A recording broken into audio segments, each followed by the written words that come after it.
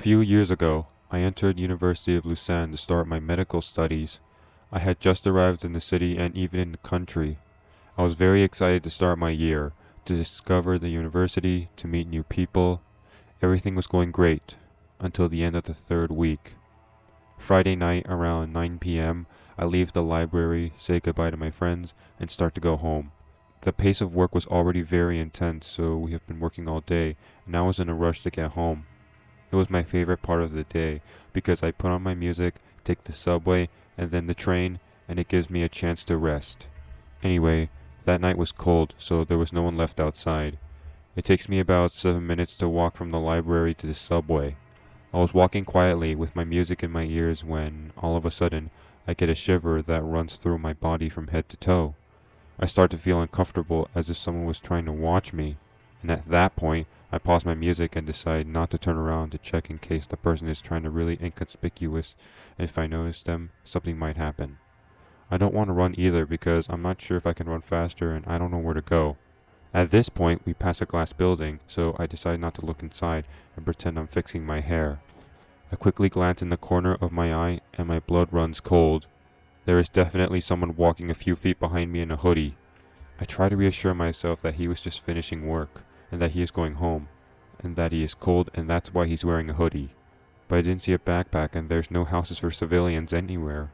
I decided to send a message to my mother saying, "Come and get me in front of the insert name of the building, please. I really don't feel it." This is important to know that the university is 30 minutes by car from my house.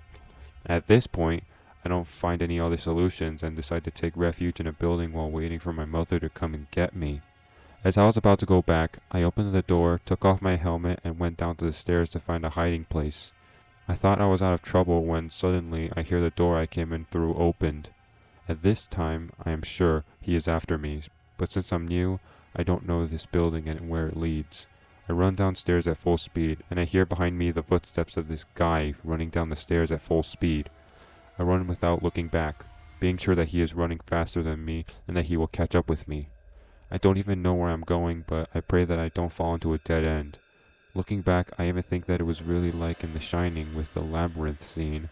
I don't know how far ahead of him I was, so I opened the window in the hallway to make it look like I was out of there and opened the door a little further. It was a huge auditorium in the dark. I went down the stairs and hid under a desk in the middle right and put my phone on silent. My mom had been texting me a lot asking me what was going on and saying she was on her way with my dad. I texted her, "I'm in insert name of building. He is looking for me. Please come quickly." I hid under that desk thinking I was screwed. My hiding place sucked, and he was going to find me any second. Then I heard a thud and a huge scream, and I don't think I've ever been so scared in my life as when I heard that scream. For 15 minutes, my mother was sending me messages telling me to hang on, and at the end of those 15 long minutes waiting for him to find me, I finally got the message from my mom where she says she's with the police. They are going to enter the building and they need to know where I am. I just tell them I'm on the second floor because I have no idea what room I was in or which way I was going.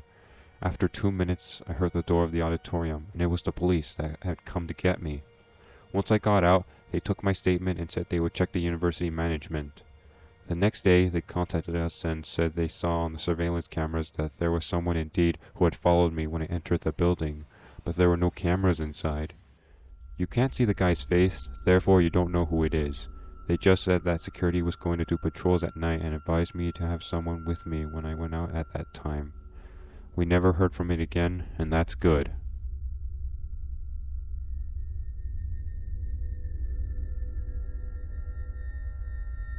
For context, I am a 26-year-old male and have a larger build. Not fat, but not also muscular, just have a bigger look to me.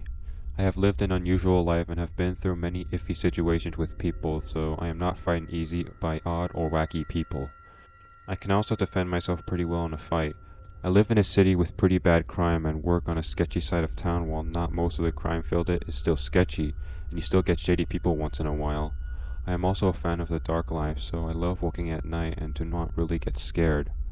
I work a second shift job, and it is my duty as one of the supervisors to lock the gate after the sun goes down, and all the day shift people are gone. My work is enclosed with a fence that has barbed wire on top. Just a few days ago, I was walking to close the gate. I was coming from the far side of the parking lot after throwing something away in the dumpster. As I was walking to the gate, I could see a strange man on a bike. It is dark and cold out this time of year at 8 p.m., so I found it odd to see a man that was at least 30 or 40 on a bike. But I carried on as it could be just a man going to work or leaving work who doesn't have a car. As I continue to walk, I see he is now doing circles in the road at the end of the little driveway that leads to the fence. Now my guard is up. This is strange to me. As I reach the fence, he has now set down the bike and is looking at me and walking towards me. He is shaking like I have seen many people on drugs do before. I am still not super worried, as I said. I have dealt with many shady people before. I close one side of the gate quick and rush to the other, swinging it closed. The gate is locked by a chain and a padlock, so I grab both sides of the chain. Before I can get the padlock in through, the man sticks his hand through the fence and grabs me by the shirt. At this point, I yell, "Get the fuck out before I beat your ass!" As it was, I was holding the fence closed with the chain while he grabbed me and yelled, "I'll fucking kill you!" The only thing going through my mind was how I was going to get the upper hand on this dude, and if I should fight him or wrap the damn chain around his neck. I was fortunate, and a police officer just turned the block as this was going down, and he flipped his lights on and quickly took the man down and cuffed him. While the man was in his car, he questioned me and got a statement, and I was on my way. So to the druggie who wanted to kill me, let's not meet again.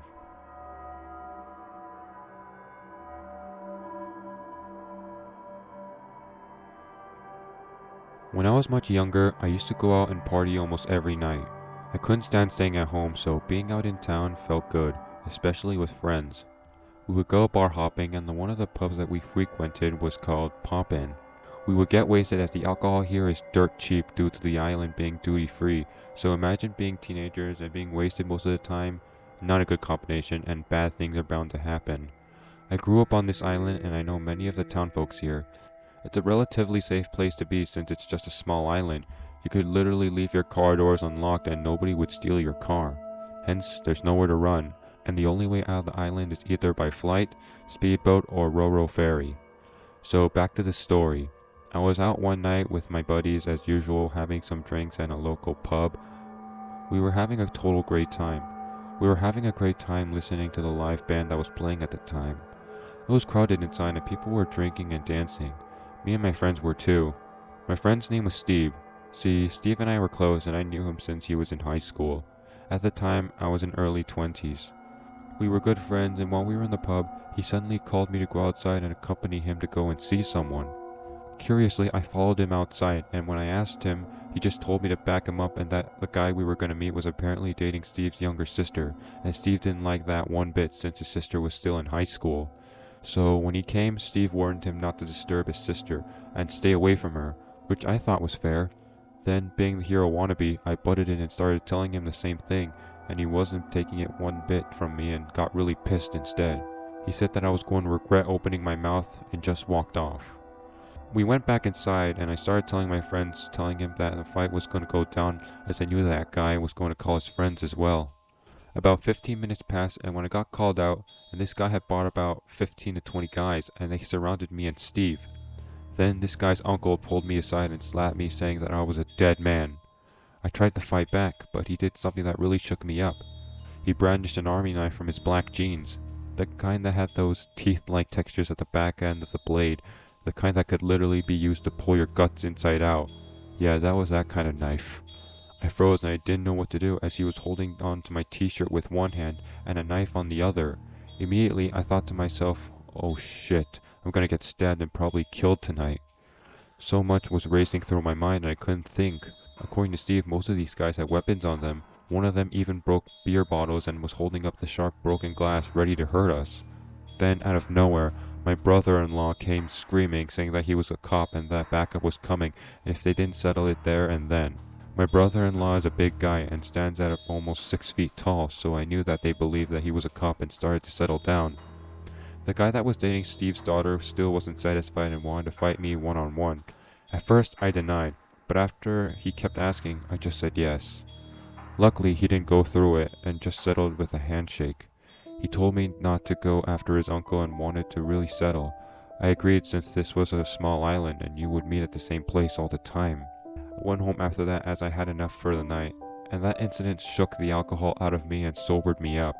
I still saw that guy and his knife-wielding uncle a couple more times when I was out in town, but we just nodded at each other and never had problems with one another ever since.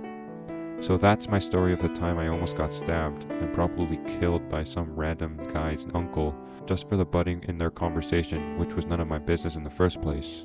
And that's the reason I no longer favor going out to drink till you can think straight.